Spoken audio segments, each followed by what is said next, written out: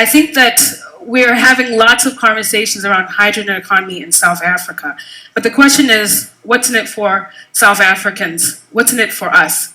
The purpose of today's discussion is really looking at what's going on in the hydrogen economy. How do we ensure that if we move in this direction, we're going to have jobs, we're going to have impact on youth, but also what are the implications for Northwest? Northwest is responsible for 45% of the global PGM. And in terms of moving in the hydrogen economy, the question is, why are we doing it? So South Africa has 75% of the world's platinum group metals. In addition to that, we have solar resource, one of the best in the world, top 3. But in addition to that, we have wind resource along our coast, because 3 sides of the country are bordered by the ocean. So in terms of the process of determining if we should move in the direction, there's policies that are being developed by South Africa to ensure that this happens. Our journey actually started over 15 years ago when the cabinet at that point in time made a decision. So this tells you that policy is a very important thing. It leads and guides us in the right direction. So our leadership 15 years ago made a decision to say, we have 75% of the world's platinum. We want to generate wealth for South Africans, and in doing that, let's start a program of action. So what we did is the National Hydrogen Research RDI strategy said we need to develop the skills, the capabilities in South Africa, and we've done that successfully so. Then even subsequently, the Department of Transport developed a green transport strategy.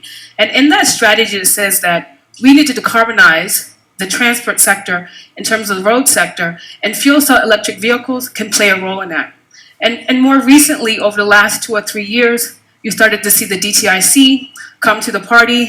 They have a green commercialization strategy that they are supporting. The Department of Mineral Resources and Energy is doing work on just energy transition. And really, the Hydrogen Society Roadmap is work that the Department of Science and Innovation is leading. So in terms of the high-level outcomes and the vision of the Hydrogen Society Roadmap, first vision is we're looking at an inclusive, sustainable, and competitive hydrogen economy to support net zero carbon economic growth and societal well-being by 2050. So it's important to understand what is societal well-being. Societal well-being means that there are jobs. Societal well-being means that you have industrial development, but more importantly, it means that your economic growth is across the country. It's not just centered in certain areas like Gauteng, Western Cape, or KZN, where it naturally occurs. We're looking at economic growth in Limpopo Province, Northern Cape, Northwest leading the charge and the movement towards the hydrogen economy. And really, in terms of the work that we've done, we had extensive stakeholder engagements. We had close to 50 organizations, starting with SOEs like your ESCOMs, your Transnets, Central Energy Fund. We had Department of Energy, Mineral Resources and Energy, Department of Defense, Department of Transport, Department of Public Works and Infrastructure. But we also had private sector. So we had numerous private sector guys, your Anglos, your Sasols, some SMEs like Mitochondria Energy was involved. We had Bambili, which is a women-led organization, as well as civil society, actually. So we had National Youth Development Agency, we had youth industry associations that were involved, because the youth are going to be at the front and center of this transition. And we actually met, and I would say we had a round table. So no one's view was more important than others. That was really important, because in most cases you find that certain voices are muted in the discussions. And then out of that, we said, as a country, these are our priorities. So the first priority is decarbonizing transport, with a focus on road, in part because road is responsible for 98% of emissions. So we didn't look at rail or shipping, but we focused on road. And the Department of Transport will lead that transition in that process, supported by other departments. The second outcome was decarbonization of energy-intensive industries, your mining sector, your cement sector, and so forth. That is being led by DTIC, supported by Department of Forestry, Fishery, and Environment. The third main outcome is creation of an export market for green hydrogen that we are manufacturing and producing in South Africa. That's being led by the DTIC, supported by National Treasury and DERCO.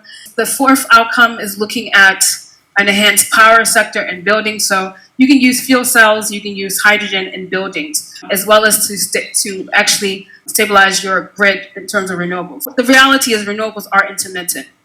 And you really can't necessarily swap a renewable power plant with a coal-fired power plant or even nuclear, because nuclear is essentially your only clean base load. So you can actually use your green hydrogen to get the flexible load for your renewables. And last but not least, we have an aspiration for jobs, manufacturing.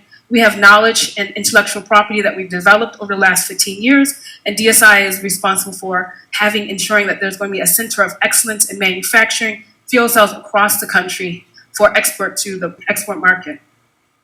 So the Hydrogen Society Roadmap has certain subcomponents that we wanted to focus on. So the first subcomponent is what we call the Coal CO to the X Research Development Innovation Program.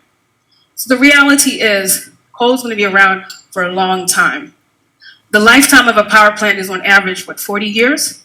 So if you look at Kusile Mudupe, some of the existing stock, coal is going to be around up until 2040, 2050, 2060. That's the reality. You may not have wanted to hear it from me, but that is the reality, that's the truth. So the question is, how do we deal with that? It's in the stock, and that's what decisions have been made in the IRP. We're not changing that. So the way to do that is to do coal carbon capture and use. You can actually take the flue gas or the emissions from a coal-fired power plant and actually turn it into commodities that you can sell in international markets. A lot of other countries are doing this successfully. You look at the UK, carbon capture and use from coal-fired power plants is core to their hydrogen strategy.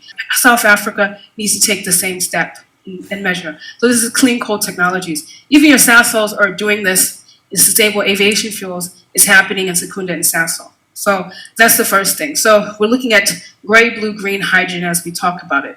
The second component is talking to youth. A lot of your youth are at TVET colleges. The TVET college system is growing. So I think close to 2 to 3 million students over the next 5 years. And we feel that the job growth in the hydrogen economy should center around TVET college students. The third portion, of course, is the Platinum Valley. And then last but not least, whenever you start any process, the question is, what is success? What is excellence in your process? So we went through an extensive process of identifying what success is. And last but not least, it all started with the Hydrogen South Africa program and RDI. So we actually did a review of that program and said, how do we improve it going forward? During the State of the Nation address debate by our president in 2021, it was mentioned that we had been funding the Hydrogen South Africa program for close to a decade.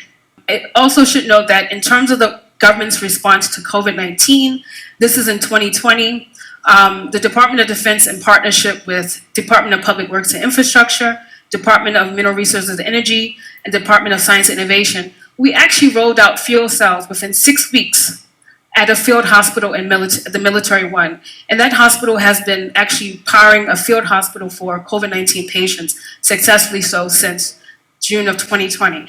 Now, even aligned to that, we looked at the South African Economic Reconstruction and Recovery Plan of South Africa. And we're saying that we need to create jobs, economic growth. So the Platinum Valley was mentioned as one of the instruments we're going to use to spur and encourage economic growth in South Africa. So in terms of the Platinum Valley, what is it? So essentially, what we're doing is we're looking at a corridor between Limpopo through to Durban, 838 kilometers.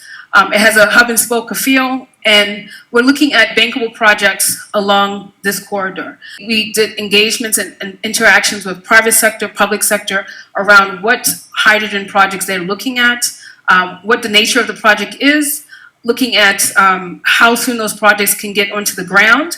We chose this corridor in part because of existing projects, but also because you have a lot of movement of mining commodities from Limpopo through to Durban to the ports. And with the implications of the increased demand for minerals globally, we're looking to decarbonize at least this value chain. So Hydrogen Valley has 4 benefits. First, individual private sector partners, they actually take their demand separately and put it together. When you get economies of scale, you reduce your cost. So I know there's a lot of discussions around hydrogen production in Northern Cape, but also you can co-locate your demand with your production. So if you look at Rustenburg area where we're sitting here today, the production of hydrogen, you can get it at $3.95 per kilogram, which is cheaper than Joburg, cheaper than Durban. It's because you're solar irradiance. So if you're going to do hydrogen in mines here, you should probably do your own production here because the cost of transport from Northern Cape will be too much. Will blow your costs. So that's the recommendation in Northwest, is at $3.95 per kilogram. But also, if mining sector companies are working together, they should take their demand and work it together. You share on infrastructure, reduce risk. Second of all, another implications is allowing the government to play a role in encouraging and supporting private sector around their ambitions. The project outcomes were first to figure out what the demand is, how large it is. 2, see what infrastructure needs are. 3, what are the shovel-ready projects, so projects which are close to bankability. And then what are the opportunities for jobs? What are the opportunities for economic growth? And what are the barriers from a policy and regulatory point of view? So this is just at a high level. So currently we're looking at projecting the domestic demand in South Africa will be 2% of the global domestic demand for hydrogen, with a 1% give or take. Now, of that demand, the Hydrogen Valley is looking to be between 40 and 80% of the domestic demand for South Africa. So this is just analysis and projections. Now, most of that demand is sitting around industry sector, so chemicals, buildings, mobility, and a little bit of buildings and so forth. And I think this is a reasonable projection that we're putting forward. Now, taking that demand and drilling down to Johannesburg. So there were 3 nodes. One of the nodes was in Johannesburg, and that node grew all the way to Rustenburg. So in terms of the Rustenburg area, we're looking at hydrogen demand will be in chemicals production, your mobility, so you have mining vehicles on the road, buildings, as well as mining equipment will be where you're going to have demand. So mining equipment for underground mining. If you use diesel versus hydrogen, you reduce your requirements for air quality and so forth. And we're looking at a low projection of 41 kilograms per kilotons of hydrogen demand, up to 74 kilotons, depending upon how fast you roll out your technologies. If I'm going to drill down further in terms of what projects. So these projects are bankable. We'll be able to get funding because of how they were organized. So there's 2 projects that were identified for Rustenburg area. One project is looking at forklifts and logistics for the Rustenburg area, starting out very slow with regards to 0.2 kilotons of hydrogen per year of demand. And the second project that is close to fruition is Anglo-American is thinking about putting fuel cells at their corporate offices here in Rustenburg as a second project. So this is just several already. This is not exhaustive of all the projects, but things that we think will be on the ground within the next 24 months. Now, even if you look further in terms of the projects, the GDP growth, depending upon the projections, could be between 3.9 and 8.8 billion US dollars by 2050 if we implement these projects. Now, I think I want to just put that into context. Only if you do beneficiation in South Africa. So this is based on beneficiation. You're going to have less economic growth if you don't do beneficiation of your platinum locally in South Africa. And I think this is really important because you can have green hydrogen production using alkaline electrolyzers or PEM electrolyzers. Alkaline electrolyzers do not use platinum. Your PEM electrolyzers use platinum. And that's a really big difference between how we as South Africa will make a decision versus other countries that do not have platinum like we have. And I think we need to really protect our interest around these issues. Now, in terms of other options, remember, there's between 14,000 and 32,000 jobs per year that can come to the country. Some of those jobs are coming to the Rustenburg area specifically based on some of the analysis that we've done, in part because you guys are responsible for 45% of the global platinum, and with the projections around platinum growth, there'll be more mining jobs. And then in terms of jobs, I have a slide later in terms of what jobs we're looking at. And then in terms of the electrolyzer and fuel cells that you're going to be rolling out, we're looking at between up to 70 million US dollars of revenue to the platinum group sector in South Africa. Of course, that's very relevant to Northwest, where 45% of the country's platinum comes from. Now, in terms of the jobs, there will be jobs along the entire value chain. So for us, this was very important that we ensure that there were jobs, high-level jobs, medium, low-skilled jobs, and so forth. In terms of the jobs you're looking at, you have water resource engineering because you need water. right? You're going to have jobs in mining sector. You're going to have jobs in infrastructure build. In the short term, you're going to take your hydrogen, produce it, and truck it. We've done analysis. It's better to truck it while your economies of scale are low. And then once you get enough demand, then you put in place maybe a hydrogen backbone, which means you need infrastructure. You need engineers who know how to work hydrogen infrastructure. You do have existing gas infrastructure. You have the Ramco pipeline that's coming down from Mozambique. You have the hydrogen pipeline that goes from Sasol to Springs, but you actually need to have more infrastructure if the growth of hydrogen increases. You also need fabricators because you're going to have technologies being manufactured. And then last but not least, you're going to need people in education and training, as well as in communications around this new area of focus. Just as a moment of reflection, is 1 to 2% increase in the platinum demand. Maybe this is an opportunity for a junior miner who is doing manual mining to get an opportunity to take on this demand for platinum and have opportunities for growth. So in closing, hopefully I've made the case for why we should go in this direction and the benefits to the platinum group metal industry. First of all, you're looking at 3 hubs, Johannesburg, Limpopo, as well as Durban, where the Johannesburg hub, moves into Rustenburg area for projects, but we're willing and open to further partnerships to do other studies that may focus on Northwest if we want to look at more bankable and shovel-ready projects. So we're making a commitment as DSI to do that with the Northwest government. Second of all, 40 to 80% of the domestic demand could be in this corridor. In terms of the cost, the honest cost is that the costs are more expensive than gray. So gray hydrogen is at $2 per kilogram. So gray hydrogen is what you produce from coal and natural gas. However, possibly with the cross-border adjustment mechanisms and other tariffs coming from other countries, U.S. industry may want to go with green hydrogen, but remember there are jobs behind that.